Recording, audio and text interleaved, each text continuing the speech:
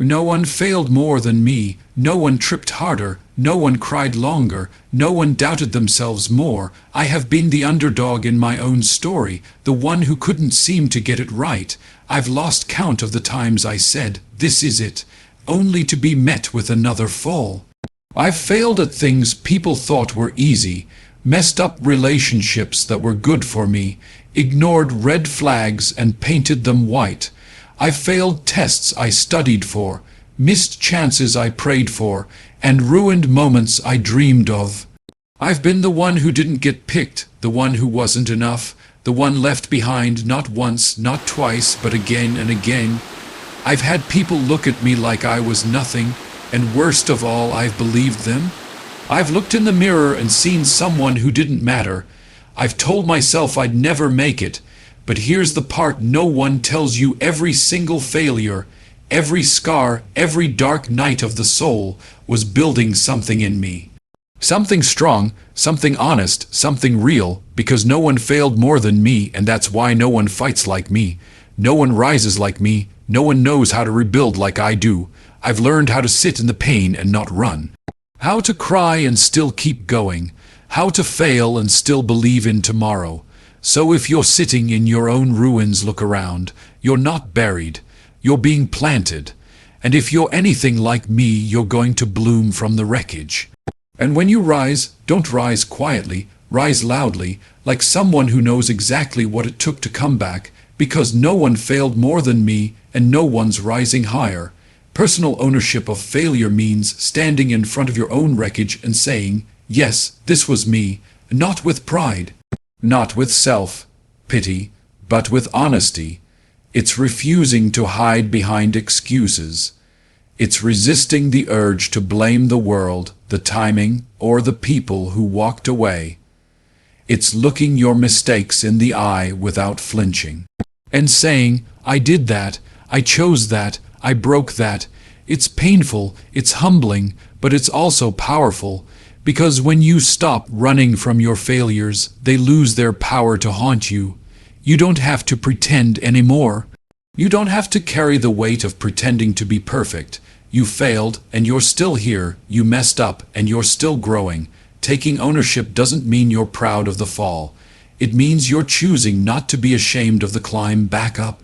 It's saying, "I may have messed up 100 times, but I'm still the one brave enough to try again." It's not glamorous, it doesn't get applause, but it gets you free, because when you own your failure, you take back the power. Not just to heal, but to rewrite the story. Nobody can use your past against you when you've already made peace with it. Nobody can make you feel small for what you've already admitted with your whole chest. This is how growth starts, not with pretending you've always had it together, but with saying, "I didn't, but I will." You become unstoppable not when you're perfect, but when you're real. And nothing is more real than saying, "No one failed more than me, and I'm still here, still standing, still becoming." Emotional vulnerability isn't weakness. It's courage in its rawest form. It's standing in a world that tells you to stay silent and choosing instead to speak the truth of your pain. It's saying, "I was overlooked. I was doubted. I was broken." It's remembering the moments when you were invisible in rooms you wanted to belong to. When your presence didn't matter, when your voice didn't carry, when your worth wasn't recognized. It's the ache of watching others get chosen while you sat on the sidelines. The sting of showing up with your whole heart, only to be met with indifference. It's being told you're not enough, that you're too much, that you'll never be what they need. It's the pain of pouring love into people who didn't have hands to hold it, of building bridges to places that never welcomed you in. Being emotionally vulnerable means letting that pain rise to the surface, not hiding it, not numbing it, not dressing it up with fake smiles and pretty words. It's crying when your heart breaks, not later. Not secretly, but right there in the middle of the moment. It's saying, "I tried, I hoped, I believed, and I got hurt." It's admitting you've been lonely even in a room full of people, that you've questioned your worth because someone else couldn't see it. That you've looked in the mirror and wondered why you're so easy to leave. It's sitting with a version of yourself you don't post about. The one who's exhausted, the one who's scared, the one who still wants to be chosen, even after all the rejection. But here's the thing, vulnerability is not defeat. It's the beginning of healing, because when you let yourself feel it, you start to free yourself from it. You stop pretending, you stop performing, you start breathing again. And in that space, in that sacred, honest space, you begin to become whole. Loss and disappointment come in many forms. Some are loud, some are silent, some come from the outside doors that closed, opportunities that slipped through your fingers. People who left when you needed them most. They hit you like a storm, sudden, unavoidable, unfair. You lose a job you thought was secure. You get rejected from the place you worked so hard to reach. You watch someone you love walk away without explanation. And then there are the quieter losses, the ones no one else sees, the dreams you slowly let go of, the parts of yourself you had to bury just to survive. You begin to shrink your voice to make others comfortable. You silence your needs because they were never met anyway. You lower your expectations, not because you stopped hoping, but because hoping started to hurt too much, and then come the internal disappointments. The kind that live inside your own reflection, the days you wake up and wonder why you're still stuck, the promises you broke to yourself, the goals you didn't finish, the courage you didn't find. You watch others move ahead and you ask, what's wrong with me? Why can't I just get it right? You feel the weight of comparison, the shame of being behind, the guilt of not being stronger, faster, better. But here's what most people never say: disappointment doesn't mean you're broken. Loss doesn't mean you're not worthy. It means you cared, it means you tried, it means you reached for something real, and that matters. You feel deeply because you're alive. You hurt because you loved. You grieve because something mattered. Loss shapes you, yes, but it doesn't finish you. Disappointment stings, but it also teaches. It shows you what you value, what you long for, what you're willing to fight for again. You may be bruised, but you're still breathing. You may have lost something, but you didn't lose yourself. And that means you still have everything you need to begin again. Self-doubt is a quiet enemy. It doesn't shout. It whispers. It creeps in slowly until your thoughts sound less like your own, and more like every cruel word you've ever heard. You start second, guessing yourself. You question your instincts. You shrink your dreams because you don't think you deserve them. And when low self-worth settles in, it's not always loud and dramatic. Sometimes it's you brushing off compliments. Sometimes it's you sabotaging good things because deep down you don't believe they're meant for you. It's you standing in front of a mirror noticing every flaw. It's you playing small in conversations, afraid to say the wrong thing, afraid to be too much or not enough. You remember the things they said: you're not smart enough, you'll never be anything, you always mess it up. And somewhere along the way, you started saying those things to yourself. You started repeating them until they became your inner voice, until doubt became your default setting. It's not that you aren't capable. It's that you've been convinced you're not, by people who couldn't see your light, by moments that broke your confidence, by silence when you needed reassurance. You stop raising your hand, you stop chasing the things you love. You settle, you shrink, you disappear little by little, and no one sees it happening because you're still smiling, still showing up, still pretending you're fine, but inside you're carrying a war. A war between who you are and what you've been made to believe. But here's the truth: self-doubt is a liar. Low self-worth is not your identity. You are not the opinions of those who couldn't love you. You are not the mistakes you made when you were still learning. You are not the absence of applause. You are worthy. even when you feel invisible, even when no one says it, even when you don't believe it yet. Your value isn't up for debate, your voice deserves to be heard, and your presence matters even if you have to remind yourself every single day. Failure feels final when you're standing in the middle of it. It feels like the end of the road, the closing of a door you desperately needed open, but failure isn't the finish line, it's the turning point. It's not proof that you're broken, it's proof that you're trying. Because only people who dare to move forward ever run into failure. The truth is, failure isn't your enemy, it's your teacher. It shows you where the cracks are, it reveals what you're still carrying. It exposes what you need to heal. Failure teaches things success never could. It humbles you, it grounds you, it sharpens you, it peels back your pride and introduces you to your real strength, the kind that rises, not when everything is working, but when everything is falling apart. Transformation doesn't happen in the applause. It happens in the silence after defeat. It's in the moments when no one's watching, but you choose to get back up anyway. It's in the nights when you cry in the dark and still wake up with a plan. Failure asks hard questions. How bad do you want this? What are you willing to learn? Are you defined by the fall or by the courage to get back up? When you stop running from failure, you begin to understand it. You see the growth in the rubble.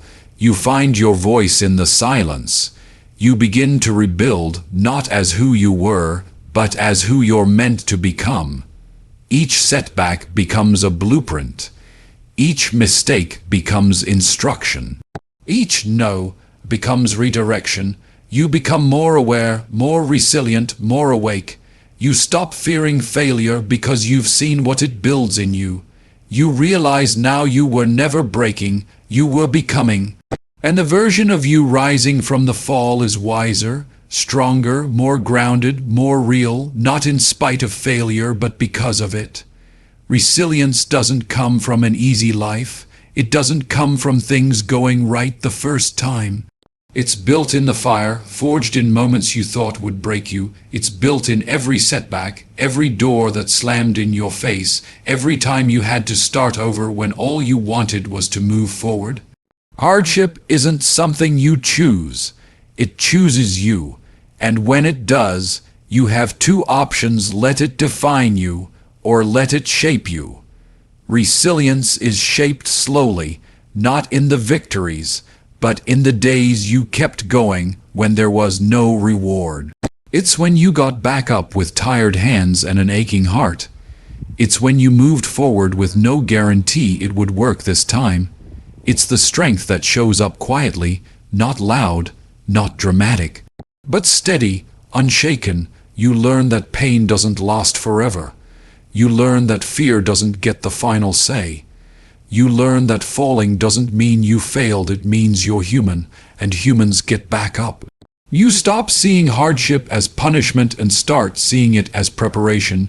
You realize that the strength you have now didn't come from comfort, it came from struggle, it came from sleepless nights, from silent battles. From the days you were your only cheerleader.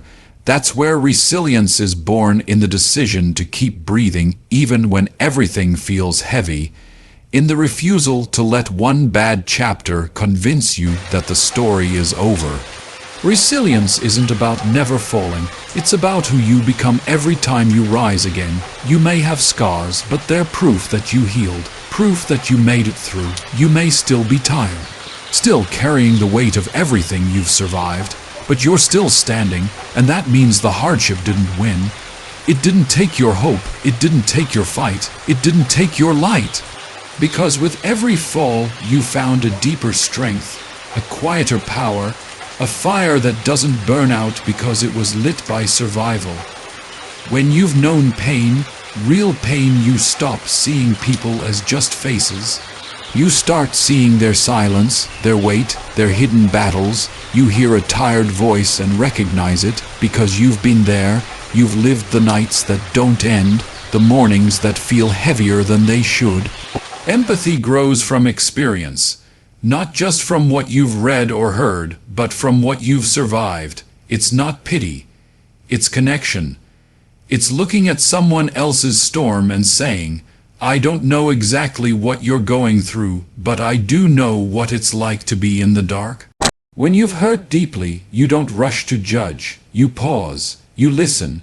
You sit beside people in their silence instead of trying to fix it.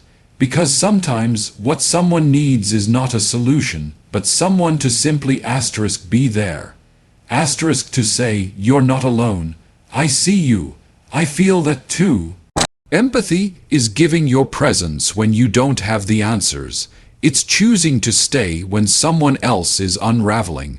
It's being a mirror that reflects humanity, not perfection. It's remembering how you felt when you had no one. When you were misunderstood, when you were just surviving, and choosing to be the person you wish you had in that moment. Empathy is powerful because it breaks isolation. It tells people, you're not strange for feeling this way. You're not broken, you're human. Sometimes the most healing words are not advice, but understanding, a nod, a tear, a moment of quiet where someone else just gets it. And when you offer that kind of compassion, you become a light. A soft place to land. A safe space in a world that keeps rushing past the pain. You don't need to have the perfect words. You just need to be willing to feel with someone. Because when you do, you remind them they're not alone in the dark. And that reminder can be enough to help them hold on just a little longer. Hope in the ruins doesn't look like fireworks. It doesn't feel like victory. It feels like breathing when you don't want to. It feels like opening your eyes to a shattered world and saying, I'm still here. Failure leaves ruins behind, pieces of what could have been, dreams that didn't make it, plans that fell apart, versions of yourself you had to bury. But buried things are not always lost. Sometimes they're seeds. Hope doesn't wait for the perfect moment. It rises in the middle of the mess. It shows up in the silence after everything's fallen apart. Hope is quiet at first, barely a whisper, but it's there, in the decision to try again. In the courage to move even if it's only one step. Failure is not the end, it's a clearing, a place where new things can grow. It's where illusions fall away, where pride is stripped, where truth is finally heard. Because in the ruins, there's nothing left to prove, nothing to hide behind, just raw, honest soil waiting for something real to be planted. Hope says, this isn't how it ends. This is where it begins again, different, deeper, stronger. When you stand in your own ruins, you see what mattered and what never did. You let go of what was only holding you back. You stop chasing what never truly saw you. And you start building something more solid. More true, more you. Failure doesn't mean you're broken. It means you're being asked to build again, but this time with wisdom, this time with clarity, and in that rebuilding you find yourself, not the version who had it all figured out, but the one who walked through fire and still has light in their eyes. That's what hope in the ruins looks like. It's not naive, it's not blind. It's rooted in everything you've lost and everything you've learned. You may not know what comes next, but you know this: there's still something worth reaching for, even here, especially here in the ashes. Rebirth doesn't come wrapped in comfort, it rises from the ashes, from the places you thought would be the end of you. It begins when everything falls apart, when the life you built burns to the ground, when the identity you clung to crumbles in your hands. There is a silence that follows heartbreak, a stillness after loss, a numbness that makes you wonder if you'll ever feel whole again. But something stirs beneath that silence, something small, something steady. The first breath of a new beginning. Rebirth is not about returning to who you were. It's about becoming who you were meant to be all along. It's not a glow up. It's not a quick fix. It's not putting on a brave face and pretending it never hurt. It's facing your brokenness and saying, there's still something here worth saving. It's gathering the scattered pieces of your soul and choosing to build again, but this time on your terms. Rising doesn't mean you're no longer wounded. It means your wounds no longer define you. It means the fire didn't consume you, it refined you. You've faced things most people will never understand. You've cried in places no one ever saw. You've fought battles that left invisible scars. And yet, you're still here. You may walk differently now. You may speak more softly, but your spirit burns brighter because it's been tested, it's been tempered, it's been rebuilt in truth. Rebirth is reclaiming your power not from perfection, but from pain. It's saying, I've been through hell and I came out holding my own hand. You no longer need the approval that once kept you small. You no longer seek validation from those who never saw you. You are no longer begging to be chosen because you've chosen yourself. From the ashes you rise with clarity, with depth, with a strength that wasn't there before. This isn't a return, this is a resurrection, not who you were, not who they expected, but who you've become, born again in fire and unafraid to burn brighter than ever before. There comes a moment when your healing becomes bigger than just you, when your scars start to speak, when your voice no longer trembles but carries truth.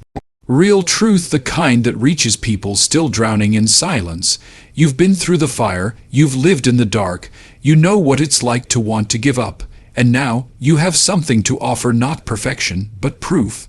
Proof that it's possible to survive, to get back up, to start again. Speaking up doesn't mean you have all the answers. It means you're brave enough to tell your story anyway. Because someone out there is carrying pain you once carried. Someone is lost in a place you've already walked through. They don't need a lecture, they don't need a hero, they need a light. And your voice, your honesty, your journey can be that light. You don't need a platform. You don't need a title. All you need is the courage to say, I've been there. And suddenly, someone who felt invisible starts to feel seen. Someone who thought they were alone starts to feel less alone. That's the power of speaking up. It's not about being loud, it's about being real, it's about being willing to stand in your truth so others can find theirs. Your comeback isn't just yours, it's a bridge.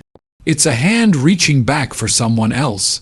You're not just surviving anymore, you're showing others how to rise too, and that matters more than you know. Because the world doesn't need more perfect stories. It needs more honest ones. It needs more voices that say, I broke but I rebuilt. I fell but I got back up. I doubted but I found my strength. So don't hide your light just because you remember the dark. Use it, speak, shine, because your story might be the reason someone else chooses to keep going. So if you hear anything, hear this. You are not your failures. You are not the voices that tried to silence you. You are not the weight you carried alone. You are the rise. You are the rebuild. You are the story still being written.